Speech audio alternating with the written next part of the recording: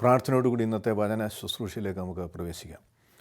സ്നേഹസമ്പന്ന എന്ന സ്വർഗീയ പിതാവാം ദൈവമേ, വേദവിചാരം എന്ന പരമ്പരയുടെ മറ്റൊരു എപ്പിസോഡ് ഞങ്ങൾക്ക് തിരുസന്നിധിയിലേക്ക് വരുവാൻ തൊക്കോണം ഒരുക്കിയിരിക്കുന്ന മുഖാന്തരത്തിനായിട്ട് നന്ദിയോടെ സ്തുതിക്കുന്നു. അങ്ങയുടെ വചനം ധ്യാനിപ്പാനും വചനം ഹൃദയത്തിൽ സംഗ്രഹിച്ച് ഞങ്ങളുടെ ആത്മീയ ജീവിതത്തെ പരിപോഷിപ്പിക്കുവാനും ദൈവകൃപയിൽ മുമ്പോട്ട് പോകാനും ഇന്ന് കേൾക്കുന്ന വചനം സഹായിക്കണമെന്ന് പ്രാർത്ഥിക്കുന്നു. ബലഹീന നടിയനെയും ഈ വചനം കേൾക്കുന്ന എല്ലാ മക്കളെയും ഓർത്ത് പ്രാർത്ഥിക്കുന്നു. അങ്ങയുടെ ആത്മാവ് തന്നെ ഞങ്ങളെ നയിച്ച് അങ്ങയുടെ നാമം മഹത്വപ്പെടുവാൻ ഞങ്ങളുടെ കൂടുതലായി സഹായിക്കണമെന്ന് യേശുനാഥ് വീക്ഷിക്കുന്ന പ്രാർത്ഥന പിതാവ് കേൾക്കണമേ. ആമേൻ. ഇന്ന് നമ്മുടെ ചിന്തയ്ക്കായി എബ്രായ ലേഖനം 3-ാം അധ്യായം 14-ാമത്തെ തിരുവചനം, ഹീബ്രൂസ് ചാപ്റ്റർ 3 വേഴ്സ് 14.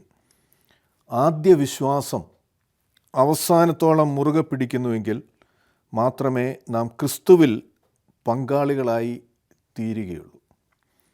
ത്രിയേക ദൈവത്തിൻ്റെ തിരുനാമത്തിന് മഹത്വമുണ്ടാകട്ടെ. കർത്താവിൽ പ്രിയ സഹോദരങ്ങളെ, തിരുവചനത്തിൽ രേഖപ്പെടുത്തിയിരിക്കുന്ന അനേക സംഭവങ്ങൾ ഒരുപക്ഷെ ഹിസ്റ്ററിയായിട്ട് നാം അതിനെ കാണുന്നുവെങ്കിൽ പോലും നമ്മുടെയൊക്കെയും ആത്മീയ ജീവിതത്തിൽ അത് വലിയ പാഠങ്ങൾ നൽകുന്നതാണ്. പ്രത്യേകിച്ച് ദൈവം തിരഞ്ഞെടുത്ത സ്വന്തം ജനതയെന്ന് അവകാശപ്പെടുന്ന ഇസ്രായേൽ ജനതയുടെ കാലാകാലങ്ങളിൽ ഉണ്ടായിട്ടുള്ള സംഭവങ്ങൾ നമ്മുടെയൊക്കെയും ജീവിതത്തിൽ ഒരു വലിയ ചൂണ്ടുപലകയായിട്ട് നമുക്ക് കാണുവാൻ തൊക്കണം കഴിയും.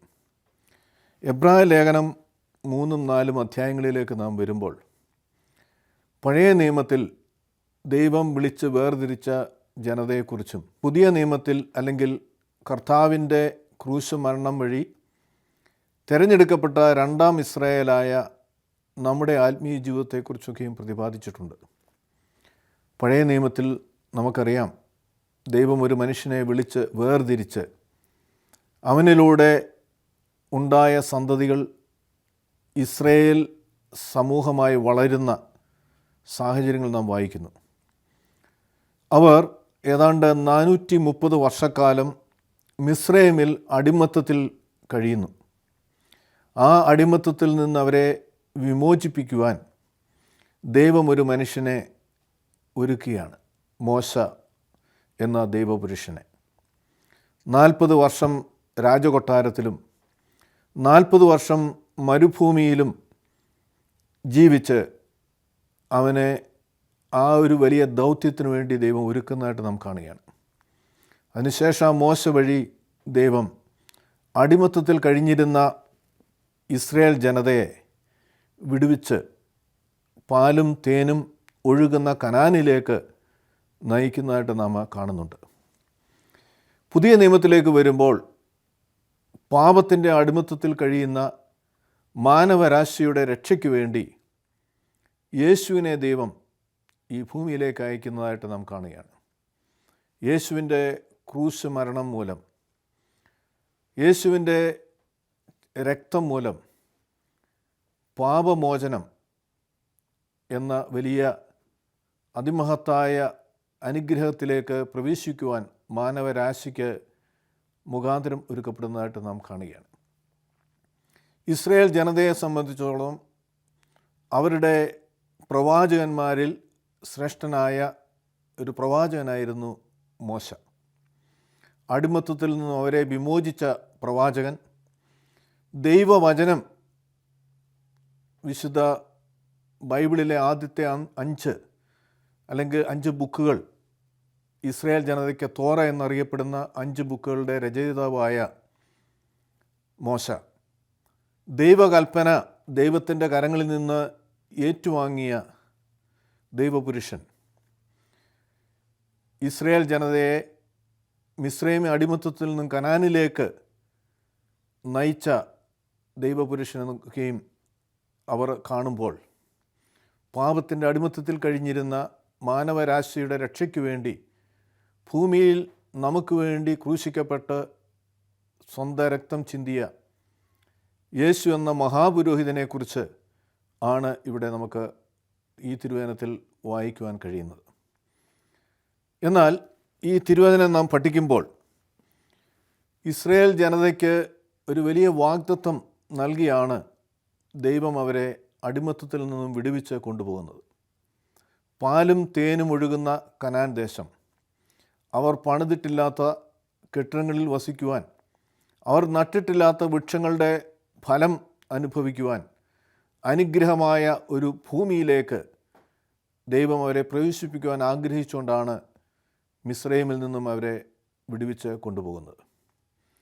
ഈ യാത്ര സുഗമമായ യാത്രയായിരുന്നില്ല.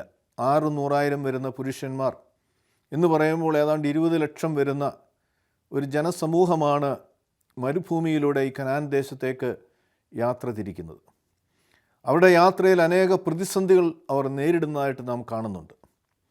എന്നാൽ ആ പ്രതിസന്ധികളുടെയൊക്കെയും മുഖത്ത് ദൈവം തൻ്റെ വലിയ കരം പ്രവർത്തിക്കുന്നത് കാണുവാനും അനുഭവിക്കുവാനും കഴിഞ്ഞുകൊണ്ടാണ് ഈ ജനത യാത്ര തുടരുന്നത്. പകൽ മേഘസ്തംഭവും രാത്രി അഗ്നിത്തൂണായും ദൈവം അവരെ കനാനിലേക്ക് നയിക്കുന്നതായിട്ട് തിരുവചനത്തിൽ നാം വായിക്കുന്നുണ്ട്. ചെങ്കടൽ പിളർക്കുമ്പോൾ മുൻപിലും പിൻപിലുമായി ദൈവം അവരോടൊപ്പം ഉണ്ടായിരുന്നു. ആ ചെങ്കടൽ പിളർന്ന് അവർ മറുകര എത്തിയപ്പോൾ അവരെ പിന്തുടർന്ന ശത്രുക്കളെ പൂർണ്ണമായും ചെങ്കടലിൽ വെച്ച് ദൈവം നശിപ്പിക്കുകയാണ്. അങ്ങനെ അത്ഭുതങ്ങളുടെ ഘോഷയാത്രയിൽ അവരുടെ യാത്ര മുമ്പോട്ട് പോകുമ്പോൾ ഭക്ഷിക്കുവാൻ തക്കവണ്ണം അവർക്ക് മന്നായും കാടപ്പക്ഷിയും കുടിക്കുവാനുള്ള വെള്ളം പാറയിൽ നിന്നും ദൈവം അവർക്ക് നൽകുകയാണ്. അനുഗ്രഹങ്ങളുടെ പിറകെ അനുഗ്രഹങ്ങളായി അവർക്ക് ദൈവം നൽകുമ്പോൾ ദൈവത്തിന് അതിന് പിന്നിൽ വലിയൊരു ഉദ്ദേശമുണ്ടായിരുന്നു. ദൈവത്തിന് ഈ ജനതയെ ഒരു പ്രയാസവും കൂടാതെ കനാനിലേക്ക് എത്തിക്കുവാൻ കഴിയും. അപ്രകാരം ഒരു ഭൂമി ദൈവം ഇവർക്ക് വേണ്ടി ഒരുക്കി, മറ്റുള്ളവരെ കൊണ്ട്, അതികായകന്മാരായ മല്ലന്മാരെ കൊണ്ട് ഒരുക്കപ്പെട്ട ഭൂമിയിലേക്ക് ജനതയെ നയിക്കുമ്പോൾ ദൈവത്തിന് ഒരു വലിയ ലക്ഷ്യമുണ്ടായിരുന്നു. ഈ ജനത കനാനിലെത്തി സത്യദൈവം ആരാണെന്ന് ഇവരിലൂടെ സകല ജനതയും അറിയണം എന്നുള്ള വലിയ ഉദ്ദേശത്തോടു കൂടിയാണ് ഇവരെ കനാനിലേക്ക് ദൈവം നയിക്കുന്നത്. അത്ഭുതങ്ങൾ ഒന്നിനു പുറകെ ഒന്നായിട്ട് അവർക്ക് നൽകുന്നതിൻ്റെ കാരണം 430 വർഷക്കാലം സ്വയമായി ആരാധിക്കുവാൻ ദേവാലയങ്ങളില്ല, അല്ലെങ്കിൽ അതിനുള്ള സാഹചര്യങ്ങളില്ല, ഒരുപക്ഷെ പുരോഹിതന്മാരില്ല. അങ്ങനെ അവിശ്വാസം ജീവിതത്തിൻ്റെ കഠിനമായ സാഹചര്യങ്ങളിലൂടെ കടന്നു പോകുമ്പോൾ ഒരുപക്ഷെ അവരുടെയൊക്കെയും വിശ്വാസം നഷ്ടപ്പെട്ടിരിക്കാം. അതുകൊണ്ട് ഈ ജനതയെ വിശ്വാസത്തിൽ ഉറപ്പിക്കണം എന്ന് ദൈവം ആഗ്രഹിച്ചിരുന്നു. ഫറവോ നിങ്ങളുടെ ദൈവം ആരാണ് എന്ന് ചോദിക്കുമ്പോൾ സത്യദൈവം ആരാണ് എന്ന് ബോധ്യപ്പെടുത്തുവാൻ തക്കവണ്ണം 10 ബാധകൾ അയച്ച് ഫറവോയ്ക്കത് മനസ്സിലാക്കുവാൻ തക്കവണ്ണം ദൈവം മുഖാന്തരം ഒരുക്കുകയാണ്. തുടർന്ന് ഈ ജനതയ്ക്കും അത് ബോധ്യമാകുവാൻ തക്കവണ്ണം അത്ഭുതങ്ങൾ നൽകി വിശ്വാസത്തിൽ അവരെ വളർത്തി. വിശ്വാസത്തിൻ്റെ പരിപൂർണതയിൽ അവർ കനാനിൽ എത്തണമെന്ന് ദൈവം ആഗ്രഹിച്ചു. എന്നാൽ ഇത്രയും അനുഗ്രഹങ്ങളും അത്ഭുതങ്ങളും അനുഭവിച്ച ഈ ജനത കനാൻ്റെ പടിവാതിക്കൽ എത്തിക്കഴിയുമ്പോൾ അവിടെ ഒറ്റുനോക്കുവാനായിട്ട് അയച്ച 12 നേതാക്കന്മാരിൽ 10 പേർ വന്ന് നൽകിയ വിവരണം അവിടെയുള്ളത് അനാഖ്യമല്ലന്മാരാണ്. അവരുടെ മുമ്പിൽ ഞങ്ങൾ വിട്ടുക്കിളികളെ പോലെയാണ്, ഞങ്ങൾക്കിത് സാധ്യമല്ല എന്ന് പറയുമ്പോൾ ഈ ജനത അവരെ വിശ്വസിച്ചുകൊണ്ട് മോശയ്ക്കെതിരെ പിറുപിറുക്കുകയും ഞങ്ങൾ മടങ്ങിപ്പോകുന്നതാണ് നല്ലതെന്ന് പരാതിപ്പെടുകയും ചെയ്യുന്ന സാഹചര്യത്തിൽ ദൈവത്തിൻ്റെ കോപം അവിടെ ഉണ്ടാവുകയാണ്. അവരവിടെ പ്രവേശിക്കുകയില്ല എന്ന് ദൈവം സത്യം ചെയ്ത് ഏതാണ്ട് 40 വർഷക്കാലം അവർ മരുഭൂമിയിലൂടെ ഉലയുന്ന, മാത്രമല്ല 20 വയസ്സിന് മുകളിലുള്ള എല്ലാവരും മരുഭൂമിയിൽ പട്ടുപോകുന്ന ഒരു സാഹചര്യം ഉണ്ടാകുന്നതായിട്ട് നാം കാണുകയാണ്. 20 ലക്ഷം വരുന്ന ജനതയിൽ 20 വയസ്സിന് മുകളിലുള്ള എല്ലാവരും, കാലേബും യോശുവയും ഒഴികെ, ഈ മരുഭൂമിയിൽ പട്ടുപോകുക എന്ന് പറയുമ്പോൾ കണക്ക് വെച്ച് നോക്കിയാൽ നാം മനസ്സിലാകും, ഒരു ദിവസം ഏതാണ്ട് 80 പേർ ആവറേജ് മരിക്കണം. അങ്ങനെ വളരെ ദുഃഖകരമായൊരു സാഹചര്യത്തിലേക്ക് ജനത കടന്നു പോവുകയാണ്. മാത്രമല്ല ഈ വാഗ്ദത്ത ഭൂമിയിലേക്ക് അവർക്ക് പ്രവേശിക്കുവാനും കഴിയുന്നില്ല എന്ന് നാം കാണുകയാണ്. പുതിയ നിയമത്തിലേക്ക് നാം വരുമ്പോൾ നാം 4-ാം അധ്യായത്തിന് 1-ാമത്തെ തിരുവചനത്തിൽ വായിക്കുന്നു, അവൻ്റെ സ്വസ്ഥതയിൽ പ്രവേശിക്കുവാനുള്ള വാഗ്ദത്തം നിലനിൽക്കുന്നതിനാൽ നിങ്ങളിൽ ആർക്കെങ്കിലും അത് ലഭിക്കാതെ പോയി എന്ന് വരാതിരിക്കുവാൻ നാം ഭയപ്പെടുക. നമുക്ക് ലഭിച്ചിരിക്കുന്ന വലിയ ഭാഗ്യം ആണ് യേശുവിൻ്റെ ജനനം. ആ യേശുവിൻ്റെ ജനനത്തെക്കുറിച്ച് ദൂതന്മാർ പറയുന്നത് ലോകത്തിന് മുഴുവനുമായുള്ള ഒരു മഹാസന്തോഷം ഞാൻ നിങ്ങളെ അറിയിക്കുന്നു. യേശു നിങ്ങൾക്കായിട്ട് ബേത്ലഹേമിൽ ജനിച്ചിരിക്കുന്നു.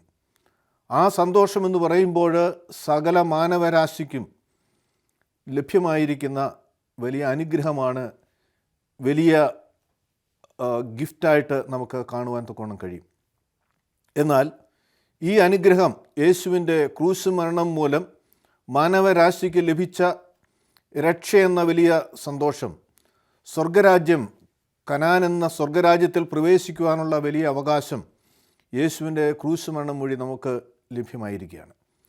എന്നാൽ ആ വാതിൽ നമുക്കായി തുറന്നിരിക്കുമ്പോൾ തന്നെ ആ സ്വർഗീയ സൗഭാഗ്യത്തിലേക്ക് പ്രവേശിക്കുവാൻ കഴിയുന്നത് എന്നെയും നിങ്ങളെയും ആത്മീയ ജീവിതം അനുസരിച്ചാണ് എന്ന് തിരുവചനം പഠിക്കുമ്പോൾ നമുക്ക് കാണുവാൻ തക്കോണം കഴിയും.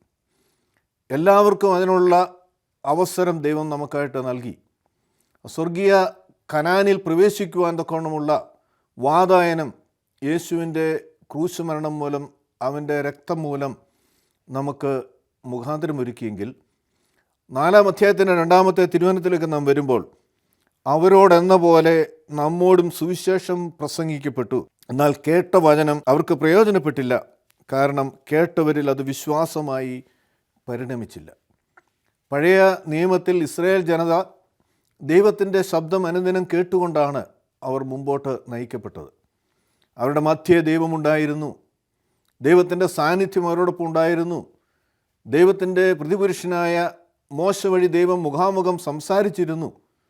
അവരുടെ പ്രയാസങ്ങളിൽ, പ്രശ്നങ്ങളിൽ അവർക്ക് മാർഗനിർദ്ദേശം നൽകിയിരുന്നു. കനാനിലേക്ക് പ്രവേശിക്കും മുമ്പ് തന്നെ എന്ത് അവർ ചെയ്യണമെന്ന് ദൈവം അവർക്ക് അറിയിപ്പുകൾ കൊടുത്തിരുന്നു. അങ്ങനെ ദൈവത്തിൻ്റെ ശബ്ദം കേട്ട ജനത ആ ദൈവശബ്ദത്തെ വിശ്വസിച്ചില്ല. ആ അവിശ്വാസമാണ് കനാനിലേക്ക് പ്രവേശിക്കുവാൻ അവർക്ക് കഴിയാതെ പോയത്. 2-ാം ഇസ്രായേലായിരിക്കുന്ന നമുക്ക് യേശുവിൻ്റെ ക്രൂശ് മരണം മൂലം സ്വർഗീയ കനാനിലേക്ക് പ്രവേശിക്കുവാനുള്ള വാതായനം നമുക്ക് തുറന്നു കിട്ടിയപ്പോൾ അവിടെ പ്രവേശിക്കുവാൻ കഴിയുന്നത് നമ്മുടെ വിശ്വാസത്തിലുള്ള യാത്രയെ ആശ്രയിച്ചാണ്. നാം ആത്മീയ ജീവിതത്തിൽ മുമ്പോട്ട് പോകുമ്പോൾ പലവിധ പ്രയാസങ്ങൾ ഒരുപക്ഷെ നേരിട്ടേക്കാം. പ്രയാസങ്ങൾ പഴയ നിയമത്തിൽ ഇസ്രായേൽ ജനത നേരിട്ടതുപോലെ ഉള്ള പ്രയാസങ്ങൾ നമ്മുടെ മുമ്പിൽ വരുമ്പോൾ ഒരുപക്ഷെ നാം ചിന്തിച്ചേക്കാം, ദൈവത്തെ അറിയുന്നതുകൊണ്ടും ദൈവത്തോട് പ്രാർത്ഥിക്കുന്നതുകൊണ്ടും പ്രശ്നങ്ങൾ ഉണ്ടാകരുത് എന്നൊരു പക്ഷേ നാം ചിന്തിച്ചേക്കാം. എന്നാൽ പ്രശ്നങ്ങളും പ്രയാസങ്ങളും നമ്മുടെ ജീവിതയാത്രയിൽ കടന്നു വരുമ്പോൾ അത് നമ്മുടെ നാശത്തിനല്ല, പിന്നെയോ ദൈവത്തിൽ കൂടുതൽ ആശ്രയിക്കുവാനും ദൈവകൃപയിൽ മുമ്പോട്ട് പോകുവാനും വിശ്വാസത്തിൽ വളരുവാനും ഓരോ വിശ്വാസത്തിൻ്റെ പരിശോധനയിലും അതിജീവിച്ച് വിശ്വാസത്തിൽ വളർന്ന് ദൈവസന്നിധിയിൽ എത്തുവാനത്രേ അപ്രകാരമുള്ള പ്രയാസങ്ങൾ നമ്മുടെ ജീവിതത്തിൽ ദൈവം നൽകുന്നത്. പലപ്പോഴും ചിലരെങ്കിലും ജീവിതത്തിൻ്റെ പ്രയാസങ്ങളുടെ മുഖത്ത് ദൈവമില്ല എന്നുള്ള അവിശ്വാസത്തിലേക്ക് കടന്നു പോകാനുള്ള സാഹചര്യങ്ങളുണ്ട്. പെട്ടെന്നുള്ള വേണ്ടപ്പെട്ടവരുടെ മരണങ്ങൾ അല്ലെങ്കിൽ മറ്റ് പ്രതിസന്ധികളൊക്കെ നേരെ വിശ്വാസത്തിൽ തളർത്തുന്ന സാഹചര്യങ്ങൾ ഉണ്ടാകാറുണ്ട്. എന്നാൽ സഹോദര സഹോദരി, നമ്മുടെ ആത്മീയ ജീവിതത്തിൻ്റെ മുമ്പിൽ കടന്നു വരുന്ന പ്രയാസങ്ങൾ വിശ്വാസത്തിൻ്റെ പരിശോധനയാണെന്ന് മനസ്സിലാക്കി യാക്കോബ് ശ്ലീഹ അതിനെക്കുറിച്ച് പറയുന്നുണ്ട്. 1-ാം അധ്യായത്തിൽ വിശ്വാസത്തിൻ്റെ പരിശോധനയെക്കുറിച്ച്. ആ പരിശോധന അതിജീവിച്ച് കഴിയുമ്പോഴാണ് ദൈവത്തിൻ്റെ വലിയ അനുഗ്രഹങ്ങൾ പ്രാപിപ്പാൻ കൊണ്ട് നമുക്ക് കഴിയുന്നത്. നമ്മുടെ ജീവിതയാത്രയിൽ പ്രയാസങ്ങൾ കടന്നു വരുന്നുവെങ്കിൽ അത് ദൈവം നമ്മെ സ്നേഹിക്കുന്നതുകൊണ്ട് ദൈവത്തോട് കൂടുതൽ ചേർന്നിരിപ്പാൻ തക്കവണ്ണം, ദൈവത്തിലുള്ള വിശ്വാസത്തിൽ വളരുവാൻ തക്കവണ്ണം ഇസ്രായേൽ ജനത നേരിട്ടിരുന്ന പ്രയാസങ്ങൾ അവരെ വിശ്വാസത്തിൽ വളർത്താൻ ദൈവം ആഗ്രഹിച്ചതുപോലെ നമ്മെയും 2-ാം ഇസ്രായേലാകുന്ന നമ്മെക്കുറിച്ചും ദൈവം അത് ആഗ്രഹിക്കുകയാണ്. എന്നാൽ നാം ദൈവവചനം കേൾക്കുകയും വായിക്കുകയും ധ്യാനിക്കുകയും ചെയ്യുന്നവരാണ്. എന്നാൽ ഈ വചനം നമ്മളെ വിശ്വാസത്തിൽ നയിപ്പാൻ തക്കവണ്ണം കഴിയുന്നുണ്ടോ എന്ന് നാം ശാന്തമായിട്ട് പരിശോധിക്കണം. 4-ാം അധ്യായം എബ്രായ ലേഖനം 4-ാം അധ്യായത്തിൻ്റെ 1 മുതലുള്ള വാക്യം ഒരിക്കൽ കൂടി നാം വായിക്കുമ്പോൾ, അവൻ്റെ സ്വസ്ഥതയിൽ പ്രവേശിക്കുവാനുള്ള വാഗ്ദത്തം നിലനിൽക്കുന്നതിനാൽ നിങ്ങളിൽ ആർക്കെങ്കിലും ഇത് ലഭിക്കാതെ പോയി എന്ന് വരാതിരിക്കുവാൻ നാം ഭയപ്പെടുക. അപ്പോൾ അവൻ്റെ സ്വസ്ഥതയിൽ പ്രവേശിക്കുവാൻ, സ്വർഗീയ കനാനിൽ പ്രവേശിക്കുവാൻ ഉള്ള അവസരം നമുക്ക്, അതിനുള്ള വാഗ്ദത്തം നമുക്ക് നിലനിൽക്കുന്നുണ്ട്, വാഗ്ദത്തം നമുക്കുണ്ട്.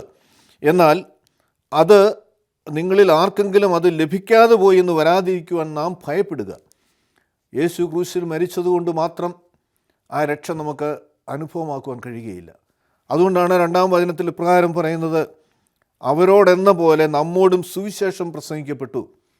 1-ാം ഇസ്രായേലായിരുന്ന ദൈവത്തിൻ്റെ സ്വന്തം ജനതയോട് ദൈവം മുഖാമുഖം സംസാരിച്ചതുപോലെ ദൈവത്തിൻ്റെ വചനത്തിലൂടെ ഇന്ന് നമ്മോടും വചനം പ്രസംഗിക്കപ്പെട്ടു. എന്നാൽ കേട്ട വചനം അവർക്ക് പ്രയോജനപ്പെട്ടില്ല. അവർ ദൈവശബ്ദം കേട്ടു, എന്നാൽ അവർക്ക് പ്രയോജനപ്പെട്ടില്ല. അതിൻ്റെ കാരണം കേട്ടവരിൽ അത് വിശ്വാസമായി പരിണമിച്ചില്ല. ദൈവശബ്ദത്തെ വിശ്വസിക്കുവാൻ തൊക്കെ അവർക്ക് കഴിഞ്ഞില്ല. അപ്പോൾ നമ്മുടെ ആത്മീയ ജീവിതത്തിൽ വചനം കേൾക്കുന്നവരാണ്, വായിക്കുന്നവരാണ്, ധ്യാനിക്കുന്നവരാണ്. അത് ജീവിതത്തിൽ പ്രാവർത്തികമാക്കുവാനും പൂർണ്ണമായും ആ വചനത്തിൽ വിശ്വസിക്കുവാനും നമുക്ക് കഴിയുന്നില്ല എങ്കിൽ അവരുടെ അവസ്ഥ പോലെ ആയി തീരും നമ്മുടെ അവസ്ഥയെന്നാണ് തിരുവചനം നമ്മുടെ ഓർമ്മപ്പെടുത്തുന്നത്.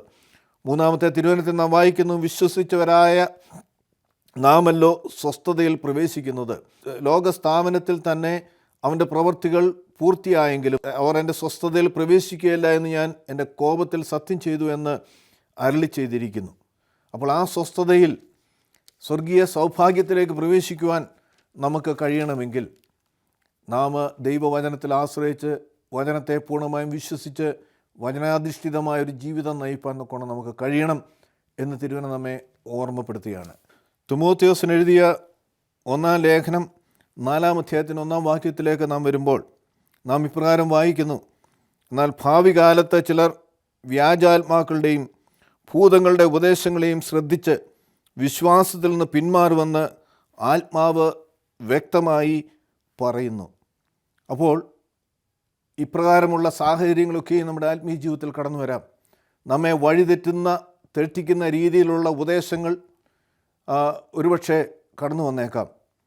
അവിടെയൊക്കെയും ആ പിശാചിൻ്റെ കെണിയിൽ വീഴാതിരിക്കുവാൻ ദൈവവചനത്തിൽ അധിഷ്ഠിതമായ, ദൈവവചനത്തിൽ ആശ്രയിച്ചുകൊണ്ടുള്ള ഒരു ജീവിതം നാം നയിച്ചെങ്കിൽ മാത്രമേ സാധ്യമാകുകയുള്ളൂ. മാത്രമല്ല, മത്തായിയുടെ സുവിശേഷത്തിലേക്ക് നാം വരുമ്പോൾ കർത്താവ് തന്നെ അന്ത്യകാലങ്ങളെക്കുറിച്ച് പറയുന്നുണ്ട്. 24-ാം അധ്യായത്തിൻ്റെ 10-ാമത്തെ തിരുവചനം കർത്താവ് പറയുന്നു, പലരും വീണുപോകുകയും അന്യോന്യം ഏൽപ്പിച്ചു കൊടുക്കുകയും വെറുക്കുകയും ചെയ്യും. അവസാന കാലങ്ങളെക്കുറിച്ച്, അന്ത്യകാല ലക്ഷണങ്ങളെക്കുറിച്ച് കർത്താവ് പറയുകയാണ്. 24-ാം അധ്യായത്തിൻ്റെ 3 മുതലുള്ള തിരുവചനം, അവൻ ഒലിവുമലയിൽ ഇരിക്കുമ്പോൾ ശിഷ്യന്മാർ തനിച്ച് അവൻ്റെ അടുക്കൽ വന്നു. അതെപ്പോൾ സംഭവിക്കുമെന്നും നിൻ്റെ വരവിനും ലോകാവസാനത്തിനും അടയാളം എന്തെന്നും പറഞ്ഞു തരണമേ എന്നപേക്ഷിച്ചു. അതിന് യേശു ഉത്തരം പറഞ്ഞത്, ആരും നിങ്ങളെ വഴി തെറ്റിക്കാതിരിക്കുവാൻ സൂക്ഷിച്ചുകൊള്ളുവിൻ. ഞാൻ ക്രിസ്തു ആകുന്നു എന്ന് പറഞ്ഞ അനേകർ എൻ്റെ നാമത്തിൽ വന്ന് പലരെയും വഴി തെറ്റിക്കും. നിങ്ങൾ യുദ്ധങ്ങളെയും യുദ്ധശ്രുതികളെയും കുറിച്ച് കേൾക്കും. ചഞ്ചലപ്പെടാതിരിക്കുവാൻ സൂക്ഷിച്ചുകൊള്ളുവിൻ. അത് സംഭവിക്കേണ്ടത് തന്നെ, എന്നാൽ അത് അവസാനമല്ല. ജനത ജനതയോടും രാജ്യം രാജ്യത്തോടും എതിർക്കും. ക്ഷാമവും ഭൂകമ്പവും പകർച്ചവ്യാധിയും അവിടെ ഉണ്ടാകും. എന്നാൽ ഇതൊക്കെയും പ്രസവ വേദനയുടെ ആരംഭമത്രേ. അപ്പോൾ അവസാന കാലത്തിൻ്റേതാകുന്ന അടയാളങ്ങൾ കർത്താവ് നൽകുകയാണ്. പക്ഷേ ഇത് അവസാനമല്ല, പിന്നെയോ ഇത് പ്രസവ വേദനയുടെ ആരംഭമത്രേ, അവസാനത്തിൻ്റെ ആരംഭമത്രേ എന്ന് കർത്താവ് പറയുകയാണ്. എന്നിട്ട് കർത്താവ് പറയുന്നു, അന്ന് അവർ നിങ്ങളെ ഉപദ്രവത്തിന് ഏൽപ്പിക്കുകയും കൊല്ലുകയും ചെയ്യും. എൻ്റെ നാമം നിമിത്തം സകല ജനതകളും നിങ്ങളെ വെറുക്കും. ദൈവത്തിൽ ആശ്രയിച്ച് ദൈവകൃപയിൽ മുമ്പോട്ട് പോകുന്ന ഓരോ വ്യക്തിക്കും ചുറ്റുപാടുകളിൽ നിന്നും ശത്രുക്കൾ എഴുന്നേൽക്കും. അവർ സ്നേഹിച്ചിരുന്നവരും പ്രിയപ്പെട്ടവരും അവർക്കെതിരായി മാറും എന്നിവിടെ കർത്താവ് പറയുകയാണ്. എന്നിട്ട് പറയുന്നു, പലരും വീണുപോകുകയും അന്യോന്യം ഏൽപ്പിച്ച് കൊടുക്കുകയും വെറുക്കുകയും ചെയ്യും. കർത്താവിൻ്റെ നാമം നിമിത്തം പീഡിപ്പിക്കപ്പെടുമ്പോൾ, പരിഹസിക്കപ്പെടുമ്പോൾ ആ വിശ്വാസത്തിൽ നിലനിൽക്കുവാൻ കഴിയാതെ പലരും വീണുപോകുമെന്ന് കർത്താവ് ഇവിടെ ഓർമ്മിപ്പിക്കുകയാണ്. എന്നിട്ട് പറയുന്നു, എന്നാൽ കള്ളപ്രവാചകന്മാർ എഴുന്നേൽക്കും, അവർ അനേകരെ വഴിതെറ്റിക്കും. ദുരുപദേശങ്ങൾ നൽകിക്കൊണ്ട്, വ്യാജങ്ങൾ നൽകിക്കൊണ്ട് കള്ളപ്രവാചകന്മാർ കർത്താവിൻ്റെ മാർഗത്തിൽ നിന്ന് വഴിതെറ്റിക്കുന്ന സാഹചര്യങ്ങൾ അവിടെ ഉണ്ടാകും എന്ന് കർത്താവ് നമ്മെ ഓർമ്മപ്പെടുത്തുകയാണ്. അധർമ്മം പെരുകുന്നത് കൊണ്ട് അനേകരുടെ സ്നേഹം തണുത്തുപോകും. അധർമ്മം പെരുകുന്നത് കൊണ്ട് അനേകരുടെ സ്നേഹം തണുത്തുപോകും. ഞാൻ ഇത്രയേറെ നന്മകൾ ചെയ്തിട്ടും എനിക്ക് ദോഷമാണല്ലോ സംഭവിക്കുന്നത്, എനിക്ക് പ്രയാസങ്ങളാണല്ലോ ഉണ്ടാകുന്നത്. ഞാൻ ഇന്നയാളെ സഹായിച്ചു, മറ്റവരെ സഹായിച്ചു, പക്ഷെ അവർ എനിക്ക് പ്രതിഫലമായി നൽകുന്നത് സ്നേഹത്തിന് പകരം ഭാരപ്പെടുത്തുന്ന സംഭവങ്ങളാണ്, അവസ്ഥകളാണ് എന്ന് സ്വയം ചിന്തിച്ചുകൊണ്ട് ആ സ്നേഹത്തിൽ നിൽക്കുവാൻ കഴിയാതെ, നന്മകൾ ചെയ്യുവാൻ കഴിയാതെ വീണുപോകുന്ന സാഹചര്യം എൻ്റെ ജീവിതത്തിൽ ഉണ്ടാകുമെന്ന് കർത്താവ് നമ്മെ ഓർമ്മപ്പെടുത്തുകയാണ്. തിരുവചനം പഠിക്കുമ്പോൾ തിരുവചനം നമ്മെ ഓർമ്മപ്പെടുത്തുന്നുണ്ട്. പ്രത്യേകിച്ച് പൗലോസ് ശ്ലീഹായുടെ ലേഖനങ്ങളിലൊക്കെയും ഓർമ്മപ്പെടുത്തുന്നുണ്ട്, നന്മ ചെയ്യുന്നതിൽ നാം മടുത്തു പോകരുത്. പലപ്പോഴും നന്മ ചെയ്യുന്നവർ അവർ നമുക്കെതിരെ തിരിയുമ്പോൾ നമുക്ക് പ്രയാസമുണ്ടാകും. കാരണം ഞാൻ ഇത്രയും നന്മകൾ ചെയ്തിട്ട്, ഇത്രയും സഹായിച്ചിട്ട് അവർ എനിക്കൊരു ഉപകാരവും ചെയ്തില്ലെങ്കിലും കുഴപ്പമില്ലായിരുന്നു. എന്നാൽ വേദനിപ്പിക്കുന്ന സാഹചര്യങ്ങൾ അവരിൽ നിന്നുണ്ടാകുമ്പോൾ പലപ്പോഴും നമുക്ക് ഭാരമായി തീരും. എന്നാൽ തിരുവചനം നമ്മെ ഓർമ്മപ്പെടുത്തുകയാണ്, നന്മ ചെയ്യുന്നതിൽ നാം മടുത്തു പോകരുത്. ഇവിടെ കർത്താവ് പറയുകയാണ്, അധർമ്മം പെരുകുന്നത് കൊണ്ട് അനേകരുടെ സ്നേഹം തണുത്തുപോകും. സ്നേഹിച്ചുകൊണ്ട് എന്ത് ഫലം? മറ്റുള്ളവർക്ക് കരുതിയുകൊണ്ട് എന്ത് ഫലം? എനിക്കിന്ന് ദുഃഖമാണ് ഇതിന് പ്രതിഫലമെന്ന് ഒരുപക്ഷെ നാം ചിന്തിച്ചേക്കാം. എന്നാൽ നാം ചെയ്യുന്ന ഓരോ കാര്യത്തിനും പ്രതിഫലം സ്വർഗത്തിലെ ദൈവമാണ് നമുക്ക് നൽകുന്നത്. സ്വർഗത്തിലെ ദൈവത്തിൻ്റെ നാമത്തിലാണ് നാം നന്മകൾ മറ്റുള്ളവർക്ക് ചെയ്യുന്നത്. മറ്റുള്ളവരുടെ പ്രതികരണങ്ങളോ മറ്റുള്ളവരിൽ നിന്നുള്ള എന്തെങ്കിലും പ്രതിഫലമോ ഇച്ഛിച്ചുകൊണ്ടല്ല നാം പ്രവർത്തിക്കേണ്ടത്. കർത്താവിൻ്റെ നാമത്തിൽ നാം ചെയ്യുമ്പോൾ ഒരുപക്ഷെ ഭാരമുണ്ടാക്കുന്ന സാഹചര്യങ്ങളുണ്ടായേക്കാം, നമ്മളെ വേദനിപ്പിക്കുന്ന സാഹചര്യങ്ങളുണ്ടായേക്കാം. അവിടെ ആ സ്നേഹം ചെയ്യുന്നതിൽ മടുത്തു പോകാതെ ആ സ്നേഹത്തിൽ നിലനിൽപ്പാൻ, പിന്നെയും സ്നേഹിപ്പാൻ നമുക്ക് കഴിയണമെന്ന് കർത്താവ് നമ്മെ ഓർമ്മപ്പെടുത്തുകയാണ്. എന്നിട്ട് കർത്താവ് പറയുന്നു, എന്നാൽ അവസാനത്തോളം സഹിച്ചു നിൽക്കുന്നവർ രക്ഷിക്കപ്പെടും. അപ്പോൾ നമ്മുടെ ആത്മീയ ജീവിതത്തിൽ വിശ്വാസത്തിൽ സ്ഥിരതയുള്ളവരായി മുമ്പോട്ട് പോകുന്നവർക്ക് മാത്രമേ ദൈവത്തിൻ്റെ വലിയ അനുഗ്രഹത്തിൻ്റെ വലിയ പദവിയിലേക്ക് പ്രവേശിക്കുവാൻ കഴിയുകയുള്ളൂ എന്ന് ഇവിടെ കർത്താവ് നമ്മെ ഓർമ്മപ്പെടുത്തുകയാണ്. യാക്കോബ് ശ്ലീഹായുടെ ലേഖനത്തിലേക്ക് വരുമ്പോൾ യാക്കോബ് ശ്ലീഹ ഇതിനെക്കുറിച്ച് നമ്മെ ഓർമ്മിപ്പിക്കുന്നുണ്ട്. 1-ാം അധ്യായത്തിൽ നാം വായിക്കുന്നു, 8-ാമത്തെ തിരുവചനം, ഇരുമനസ്സുള്ള മനുഷ്യൻ തൻ്റെ എല്ലാ വഴികളിലും അസ്ഥിരനാകുന്നു. എളിയ സഹോദരൻ തൻ്റെ ഉയർച്ചയിൽ പ്രശംസിക്കട്ടെ, ധനവാൻ തൻ്റെ താഴ്ചയിലും തന്നെ. എന്തെന്നാൽ അവൻ പുല്ലിൻ്റെ പൂ പോലെ കൊഴിഞ്ഞു പോകും. സൂര്യൻ കടുത്ത ചൂടോടെ ഉദിച്ചിട്ട് പുല്ലുണങ്ങി പൂവ് കൊഴിഞ്ഞ് അതിൻ്റെ രൂപഭംഗി നശിച്ചു പോകുന്നു. അതുപോലെ ധനവാനും തൻ്റെ പ്രയത്നങ്ങളിൽ വാടിപ്പോകും. പരീക്ഷ സഹിക്കുന്ന മനുഷ്യൻ ഭാഗ്യവാൻ. എന്തെന്നാൽ അവൻ യോഗ്യനെന്ന് തെളിഞ്ഞ ശേഷം കർത്താവ് തന്നെ സ്നേഹിക്കുന്നവർക്ക് വാഗ്ദത്തം ചെയ്തിരിക്കുന്ന ജീവകിരീടം പ്രാപിക്കും. പരീക്ഷ സഹിക്കുന്ന മനുഷ്യൻ ഭാഗ്യവാൻ.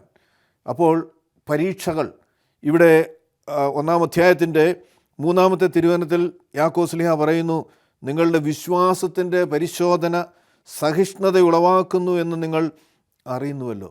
അപ്പോൾ നമ്മുടെ വിശ്വാസത്തിൻ്റെ പരിശോധന പലപ്പോഴും നമ്മുടെ ആത്മീയ ജീവിതത്തിലുണ്ടാകുമ്പോൾ അവിടെ സഹിഷ്ണുതയിലേക്ക് നയിക്കപ്പെടുവാൻ തക്കവണ്ണം മുഖാന്തരം ഒരുക്കണം. തിരുവചനം നമ്മെ ഓർമ്മിപ്പിക്കുന്നുണ്ട്, കഷ്ടത സഹിഷ്ണുതയും, സഹിഷ്ണുത സിദ്ധതയും, സിദ്ധത പ്രത്യാശയും ഉളവാക്കുന്നു. അതൊരു പ്രോസസ്സാണ്, അതൊരു ആത്മീയ വളർച്ചയുടെ പലവിധ സ്റ്റെപ്പുകളാണ്. അപ്രകാരം നാം മുമ്പോട്ട് പോകുമ്പോഴാണ് ദൈവത്തിലുള്ള പ്രത്യാശയിൽ മടുത്തു പോകാതെ ദൈവനാമ മഹത്വത്തിനു വേണ്ടി പ്രവർത്തിക്കുവാനും ദൈവത്തിനു വേണ്ടി മറ്റുള്ളവരെ സഹായിക്കുവാനും മറ്റുള്ളവരുടെ പ്രതികരണങ്ങളോ അവരുടേതാകുന്ന നമ്മൾക്ക് ദോഷം വരുത്തുന്ന കാര്യങ്ങളുണ്ടാകുമ്പോൾ അവയിൽ മടുത്തു പോകാതെ എപ്പോഴും നന്മ ചെയ്യുവാൻ നോക്കണം നമുക്ക് കഴിയുന്നത് എന്ന് തിരുവചനം നമ്മെ ഓർമ്മപ്പെടുത്തുകയാണ്. കർത്താവിൽ പ്രിയ സഹോദരങ്ങളെ, കർത്താവ് നമുക്കായി നൽകിയിരിക്കുന്ന വലിയ വാഗ്ദത്തം, സ്വർഗീയ സൗഭാഗ്യം, സ്വർഗീയ കനാനിലേക്ക് പ്രവേശിക്കുവാനുള്ള വാഗ്ദത്തം നമുക്ക് ഓരോരുത്തർക്കുമുണ്ട്. എന്നാൽ ആ വാഗ്ദത്തം പ്രാപിക്കുവാൻ കഴിയുന്നത് വിശ്വാസത്തിൽ സ്ഥിരതയുള്ളവരായി മുമ്പോട്ട് പോകാൻ തക്കോണം നമുക്ക് കഴിയുമ്പോഴാണ്. യാക്കോബ് ശ്ലീഹ പറയുന്നുണ്ട്, സംശയത്തോടുകൂടി പ്രാർത്ഥിച്ചാൽ ഒരു ഫലവുമില്ല എന്ന് 1 അധ്യായത്തിൻ്റെ 5 വാക്യത്തിൽ ഇങ്ങനെ നാം വായിക്കുന്നു. നിങ്ങളിൽ ഒരുവനും ജ്ഞാനം കുറവാകുന്നുവെങ്കിൽ എല്ലാവർക്കും ഔദാര്യമായും ശാസന കൂടാതെ നൽകുന്നവനായ ദൈവത്തോട് അവൻ യാചിക്കട്ടെ, അപ്പോൾ അവന് ലഭിക്കും. എന്നാൽ അവൻ യാതൊരു സംശയം കൂടാതെ വിശ്വാസത്തോടെ യാചിക്കണം. സംശയിക്കുന്നവൻ കാറ്റടിച്ച് അലയുന്ന കടൽ തിരയ്ക്ക് സമനാകുന്നു. വിശ്വാസത്തിൽ സ്ഥിരതയുള്ളവരായി ആത്മീയ ജീവിതത്തിൽ ഓരോ ദിവസവും മുമ്പോട്ട് പോകാൻ നോക്കണം നമുക്ക് കഴിയണം. നമ്മുടെ ജീവിതത്തിൻ്റെ അവസാന നിമിഷം വരെയും വിശ്വാസത്തിൽ വളരുവാൻ, കർത്താവിനോടൊപ്പം ആയിരിക്കുക എന്നുള്ള വലിയ പ്രത്യാശയിൽ മുമ്പോട്ട് പോകാൻ നോക്കണം നമുക്ക് കഴിയുമ്പോഴാണ് ആ വലിയ വാഗ്ദത്ത ഭൂമിയിലേക്ക്, വാഗ്ദത്ത കനാനിലേക്ക് എനിക്ക് നിങ്ങൾക്കും പ്രവേശിക്കുവാൻ നോക്കണം കഴിയുന്നത്. ഒരിക്കൽ ദൈവം തിരഞ്ഞെടുത്ത 1 ഇസ്രായേൽ നഷ്ടപ്പെട്ടു പോയ സൗഭാഗ്യം നമ്മുടെ ആത്മീയ ജീവിതത്തിൽ നമുക്ക് നഷ്ടപ്പെടാതെ ദൈവം ഒരിക്കലായി നമുക്ക് വേണ്ടി ഒരുക്കി തന്ന ആ വലിയ സൗഭാഗ്യത്തിലേക്ക് പ്രവേശിപ്പാൻ തക്കോണം നമ്മുടെ ആത്മീയ ജീവിതത്തിൽ നമ്മെ സഹായിക്കട്ടെ. വിശ്വാസത്തിൽ സ്ഥിരതയുള്ളവരെ മുമ്പോട്ട് വേണ്ടി സഹായിക്കട്ടെ. കർത്താവ് പറയുന്നുണ്ട്, എൻ്റെ വചനത്തിൽ നിങ്ങൾ നിലനിൽക്കുന്നുവെങ്കിൽ എൻ്റെ ശിഷ്യന്മാരായി തീരും. അപ്പോൾ വചനം നമുക്ക് ജീവിതത്തിൻ്റെ മാർഗദർശിയായി, വചനത്തിൽ അധിഷ്ഠിതമായി മുമ്പോട്ട് പോകാൻ ദൈവത്തിൻ്റെ ആത്മാവ് നമ്മെ ഓരോരുത്തരെയും സഹായിക്കട്ടെ. അതിനായിട്ട് നമുക്ക് പ്രാർത്ഥിക്കാം. ദൈവം നമ്മെ അനുഗ്രഹിക്കട്ടെ.